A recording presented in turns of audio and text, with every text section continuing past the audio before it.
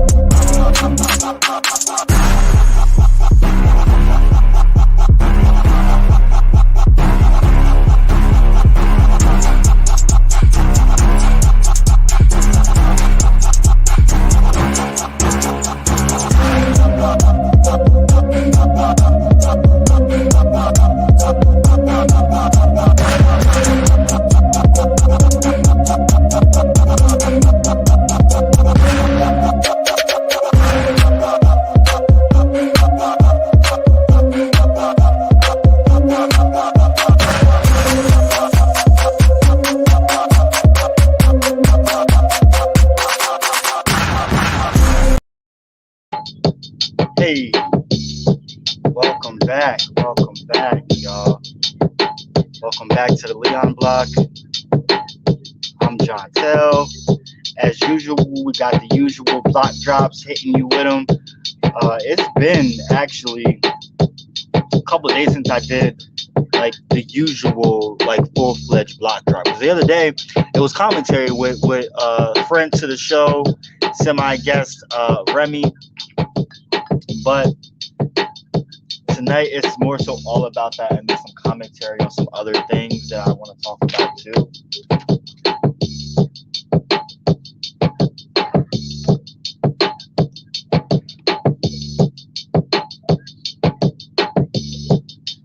So the first thing I do want to talk about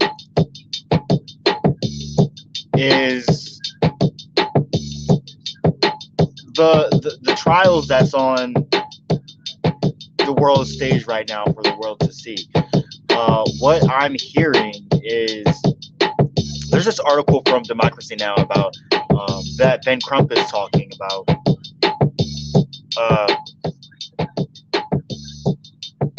the trials and the fact that there's only one black juror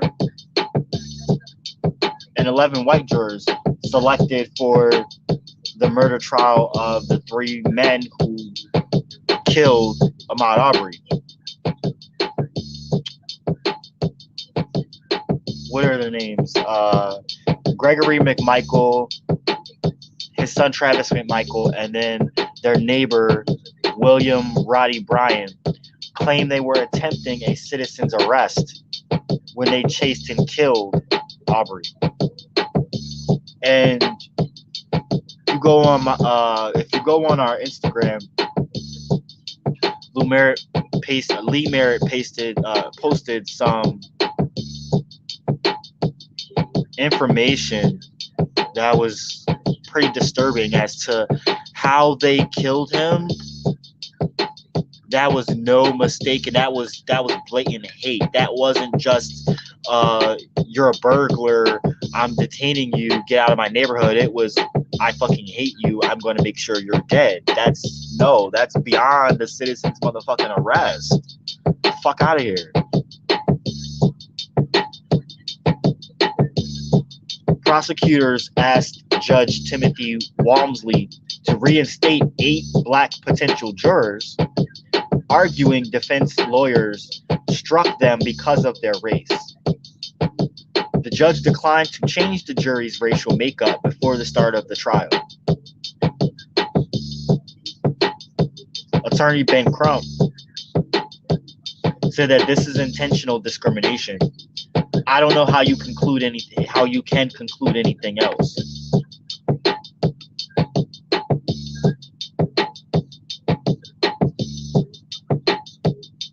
And then you look at the Kenosha situation and the trial there with Kyle Rittenhouse. Crump actually represents Jacob Blake as well, along with Ahmaud Arbery. And to see these trials come out the way they know, they scared of Ben Crump. That's what it is. They know that they're wrong. They know that the world, well, a lot of people are watching. This does not have the sensational effect that the Derek Chauvin trial had whatsoever. The world is not watching. Mainstream media is not really covering it. You've got like Democracy Now! And PBS NewsHour covering it. But other than that, I don't know who else is really covering this story. So it's important for us to cover it. And not only that, but dissect it, discuss it, break it apart. We already know that these jurors and these judges and these lawyers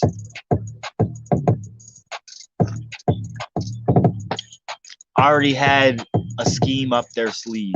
You know what I mean? They were preparing for this. They knew that things were going to die down some and people weren't going to be paying as much attention to these trials as they were the Derek Chauvin trial.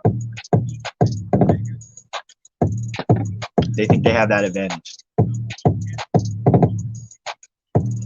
Let's just say things don't go the way that we want them to go with these 2 trials and news gets out. I think people going to be in a real fuck shit type of mode. And I won't be surprised. I won't be surprised at all. World's biggest polluters remain on sidelines as over 40 nations pledge to phase out coal. Oh yeah, I do want to read this article. Let me not switch the topic real quick. Because I want to talk about white vigilantism. This article comes from News One. I posted the article in either Facebook or YouTube. I can't remember. I can't recall, but it will be in one of the comments you can check out. So as the world watches 2 high-profile murder trials stemming from separate shootings of black men, one thing they each have in common has become abundantly clear. And that would be that both trials wouldn't be taking place if white males decided against taking the law into their own hands in purported attempts to dole out vigilante justice. Though white vigilantism is far from a new concept, the practice has been increasingly rearing its racist head in recent years.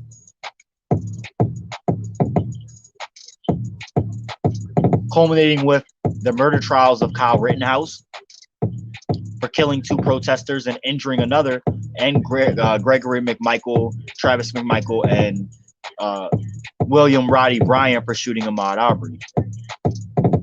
And all 4 of these people are white men. And each made a conscious decision to use lethal force in disingenuous attempts to defend themselves against people who were not armed with a rifle like the accused murderers were. No, these are motherfucking murderers. The Michaels and Bryan are accused of racially profiling Arbery, who was jogging in their neighborhood, suspected him of committing a non-existent crime, armed themselves, hopped in their trucks, chased him down, trapped him on a street, and killed him in broad daylight. A murder that Brian recorded on video with his cell phone. I'm telling you, as they shot him, they ripped his arm off and basically blew his torso to bits. I'm not joking. That's not just murder. That's a modern day public lynching. For real, for real.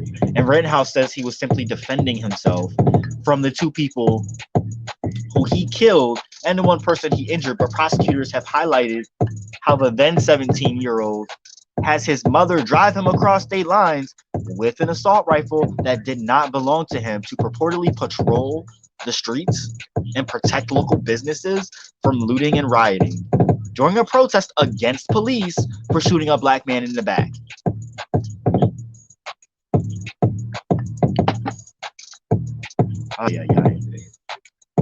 In each of the instances, all of the accused aligned themselves with law enforcement in imagined police deputizations that apparently convinced them they were legally operating within the boundaries of the law. And in some sense they are, because there's unspoken laws, right? There's two law systems here in America, one for non-whites and one for whites. That's just what it is. And for real, we can go back to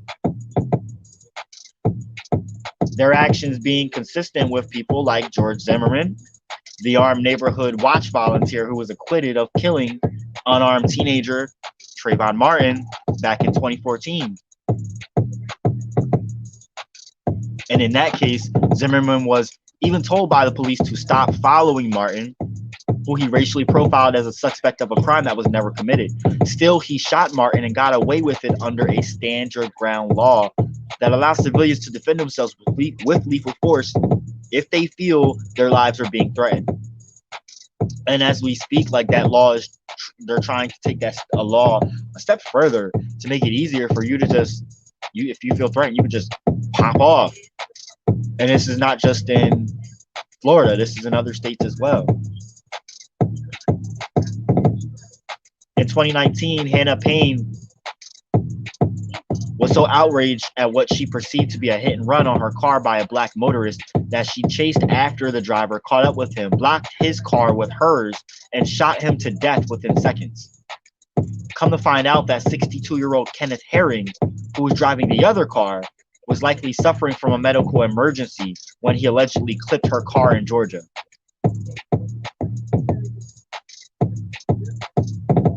So she shot someone for no reason, assuming that it was a black guy who clipped her car when that black guy had nothing to do with it. She just ran up on him and shot him. And she said she was trying to be a good Samaritan, acting like a police officer. And the media plays a part in giving these white folk the assumed authority to act like law enforcement themselves.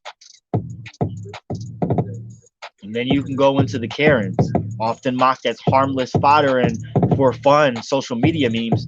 Women weaponizing their whiteness have emerged as a serious societal scourge in a steady stream of viral moments that show the extent of the damage these Karens can cause by flexing their vigilante muscle. And more times than not, Karens are trying to police black people, especially if it means operating outside the parameters of the law. From arbitrarily assaulting black men to calling the cops on black joggers, to racist child abuse, and to preventing a delivery man from entering a building, to racially profiling, to pulling a gun on a black family, to perhaps most famously calling police on a black bird watcher and lying that he was threatening her life. Karens routinely play the role of the victim while trying to illegally regulate fellow citizens. And then we could talk about the white vigilantism displayed on federal property at the U.S. Capitol on January 6th, when self-identified American patriots broke into the hallowed building on a failed effort to stop the certification of Joe Biden's election. The disproportionately group of white men violently flouted the law to mount an insurrection that left 5 people dead. Experts have linked white vigilantism with the racist tradition of slave patrols and the Ku Klux Klan and pointed to their affiliations with law enforcement. Police and vigilante violence not only have common origins and functions, and not only do they often complement one another, but they are often compromised of the same people.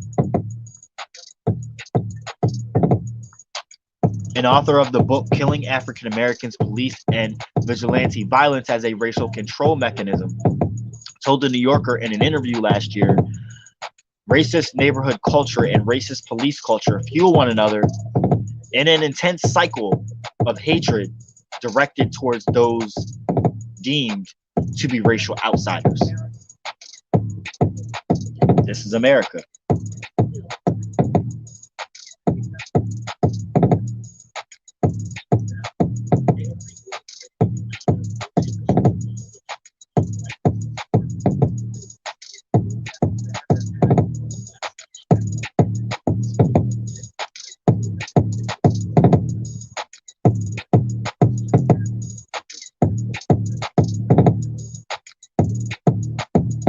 So now we're going to get into it. World's biggest polluters remain on sidelines as over 40 nations pledge to phase out coal. Representatives of over 40 nations have pledged to end the use of coal power. The deal, announced at the COP22 UN Climate Summit in Glasgow, did not include China and India, which account for 2/3 of worldwide coal consumption, nor did it include Australia, one of the world's biggest coal exporters. The Biden administration also refused to sign the pledge to stop burning coal in an apparent concession to Democratic Senator Joe Manchin of West Virginia, who has resisted Biden's push for U.S. investments in green energy. And I say it all the time, fuck Joe Manchin. Meanwhile, youth activists are taking to the streets of Glasgow to demand world leaders do more to avert a climate catastrophe. The protest is being organized, it was yesterday actually, and it was a worldwide event too, not just in Glasgow, and it grew out of Greta Thunberg's climate strike outside the Swedish parliament. Also, the House scheduled to vote on an infrastructure bill and Build Back Better Act. And I believe now this is Saturday. This is news from Democracy Now! As usual. I believe that passed. And hearing about the intricacies of it, I definitely want to bring on a guest and friend to the show so that they can break that down a little further for us and let us know the differences between the moderates and the progressives and why they were going back and forth and what that means and why Pelosi basically just put the clamp down and said this is what it's going to be. Really curious to get a breakdown for that.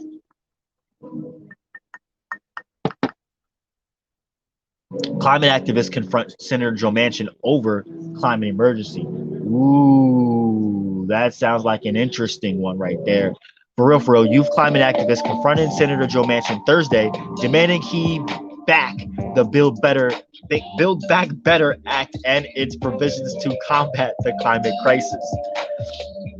Activists confronted him multiple times, including blocking his Maserati, as they demanded to know whether their futures were worth the profits he makes and chanting, "We want to live," as he slowly tried to drive through the crowd. The protests were led by 5 young people who earlier this week ended a 2-week hunger strike demanding real action on the climate crisis from Washington.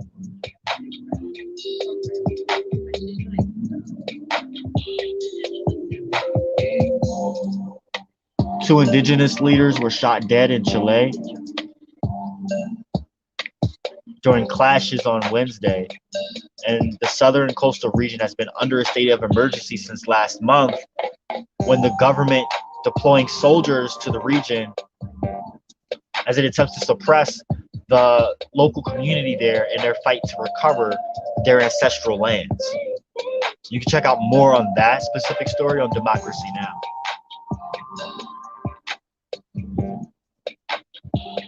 DOJ sues Texas over voter suppression law, and North Carolina's GOP passes new gerrymander maps.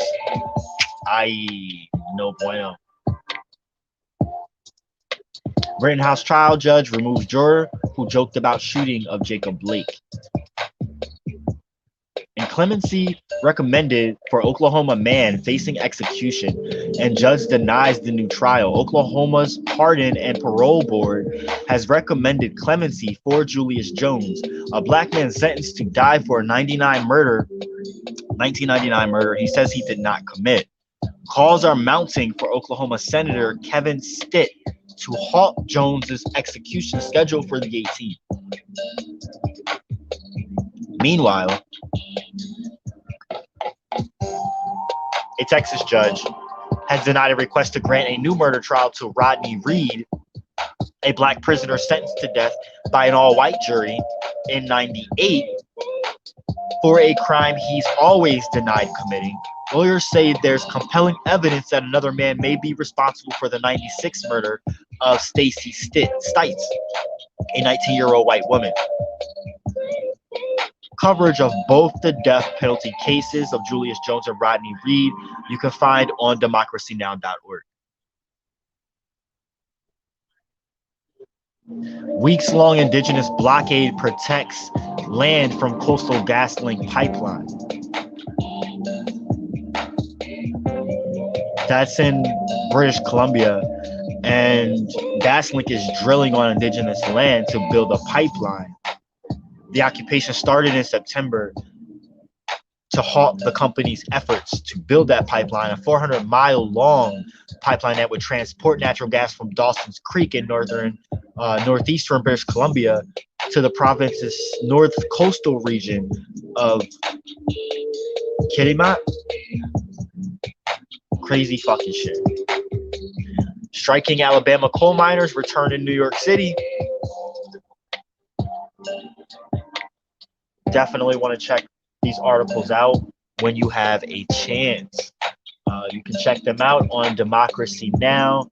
I will go ahead and post the link, as usual, in the comments, so you can check it out at your leisure. Definitely.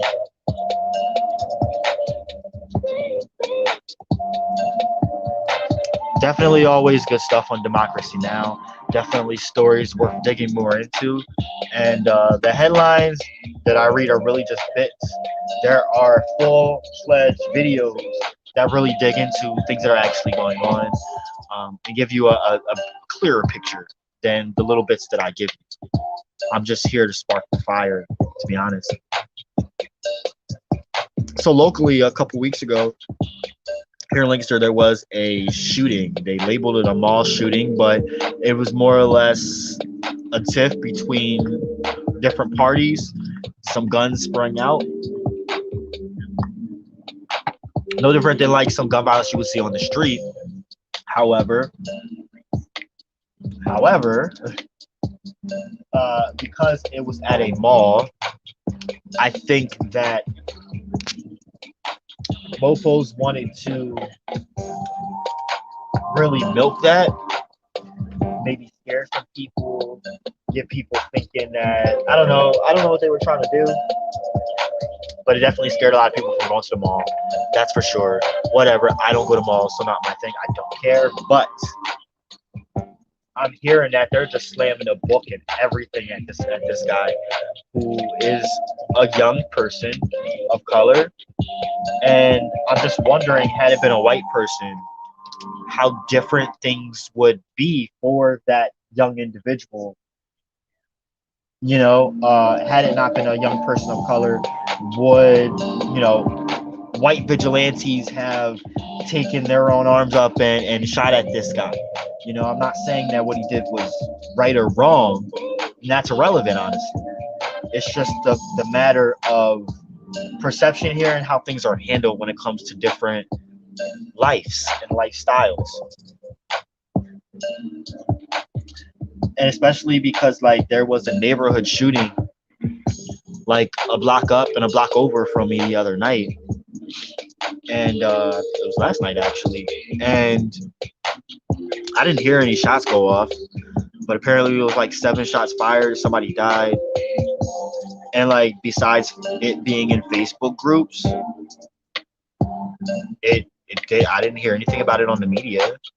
And it like there's shootings that happen in my neighborhood all the time, but it doesn't make the media. And I'm not saying I want it to, but I'm also saying like there's a reason for that. They don't want these white yuppies, these gentrifiers, because not all white, but these gentrifiers and colonizers moving in and getting scared and not wanting to live here. I, for one,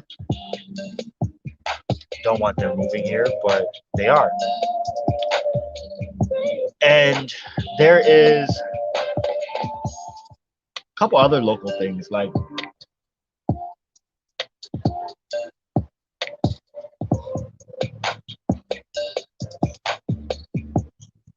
we had friend to the Leon Block, Joey Dastra, on the show last week, and really awesome time with him, and we discussed his run for city council and his ideas for the city, our viewpoints on things, what can be done as far as like food deserts and sustainable living, and just really feeding our soul.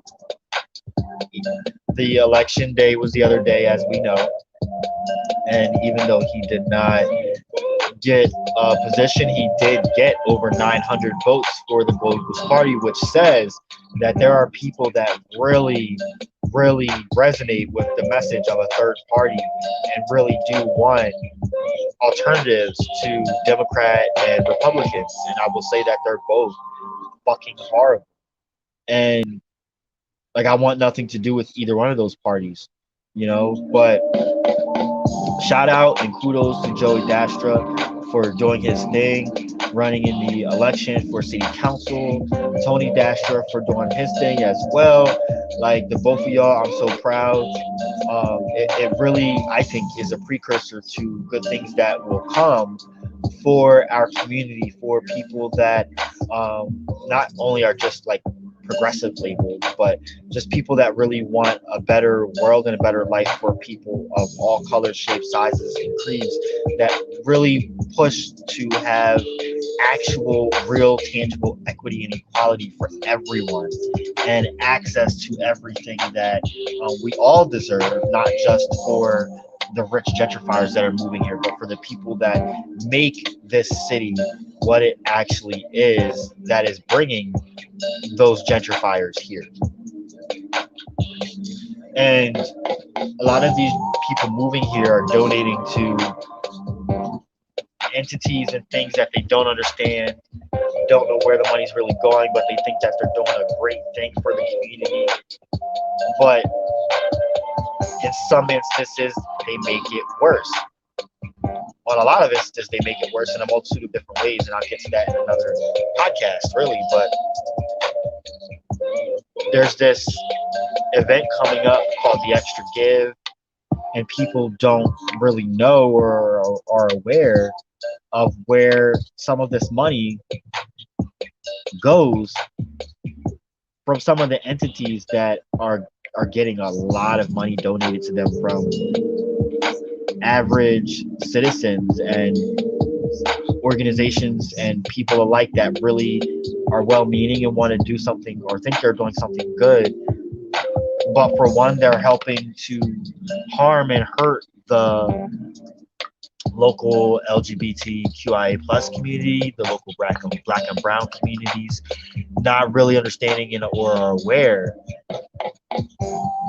the connections. And soon I will be breaking down those connections, connecting the dots to let people know and understand really where this information is coming from and how it affects all of us. Break down the intricacies of it all, because it's very important and it's damning information. And And I think a lot of people just want to turn a blind eye to it because they don't understand the complexities of it, or they think that it doesn't affect them, so they don't care. But if you have that attitude, like that's not, we're not really getting anywhere. Then if that's the attitude that you're going to have, that's the same attitude that they're having. And if you're saying that that makes you no better than quote unquote them, you know we really have to be mindful of practicing what we preach. We really have to be mindful of listening to all parties and taking things in, and really, if someone has the receipts and the proof is in the pudding and they're telling you to open your eyes, just listen for a second, you know and a lot of times things will be right in front of you and you don't know, and you're walking blindly to it. You're promoting it, not understanding the actual symbol behind it, not understanding the real message behind it, not understanding where the money goes. But when you follow where the money goes, prepare yourself. You may get disturbed, you may get scared, you may get hopeless, you may be very discouraged, you may feel like there's nothing you can do. But knowing everything and having knowledge is power. Remember that. So having the understanding of the dark underbelly of things, or having an understanding of like the trails, right? Follow the money trails. Like when you have an understanding of things in that sense, and it may be scary, it may be crazy, it may be like, nah, that's not true, but it is. And when you realize that it actually is, and you think that there's nothing you can do, there actually is stuff that you can do. And the more that you sit on it and think about where your special gifts come from and what you can do with those special gifts, it doesn't seem as scary. The scary part is feeling like you're alone, but you're not. There's a lot of people.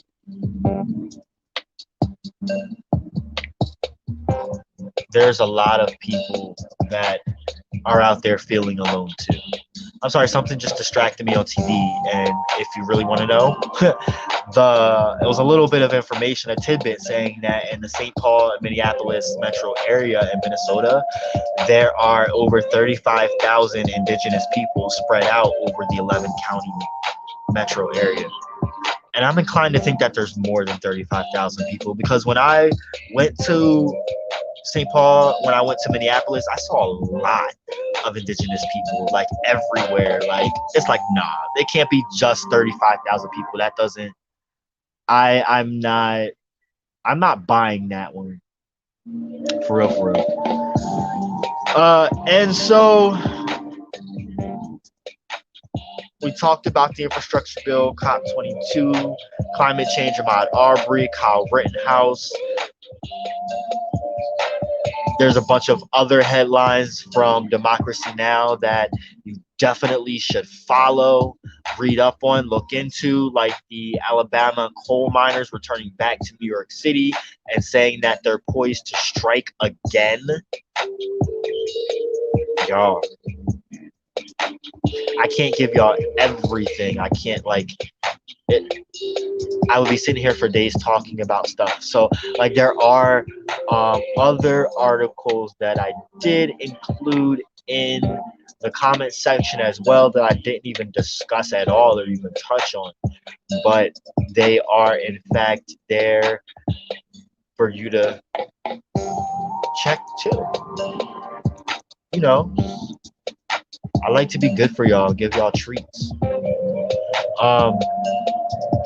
So I actually will be featured on, y'all remember the guest that I had, Terrain, from a couple weeks ago, host of the show Alcoholics, where they get drunk and talk about politics. I will be on his show next Friday, so definitely tune into that. Really excited to do that. Also, this coming week, I'll have friend to Leon Block, Darlene Colon, back on to spit some history, to give us a story.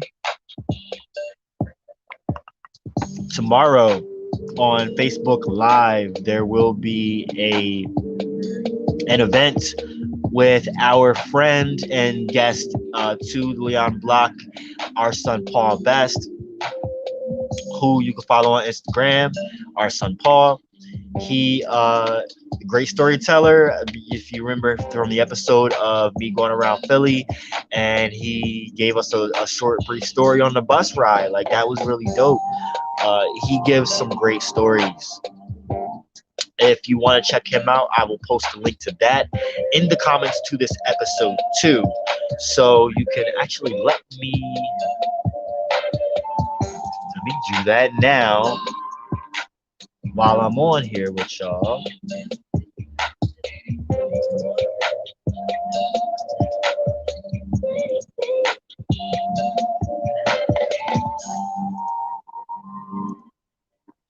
Because I'm really excited for this, and this mofo did not make this available to share. So I will make a separate post about it. Actually, let me see if I can add it to the stream. But it is tomorrow at 7 p.m. And it's a whole bunch of other storytellers as well, all African descent storytellers. Our son Paul Best is one of those featured, and nope, won't work. Really excited to see what he actually speaks on. So tomorrow or later on today, I will get the actual link and share it with you all, so you can check it out on Zoom as well. You have to register. So I'll post the event, and if you are interested in watching the event, I will. You can DM me, and I will share it with you.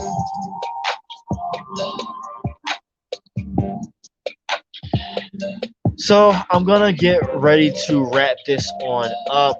I just wanted to drop some block drops for y'all.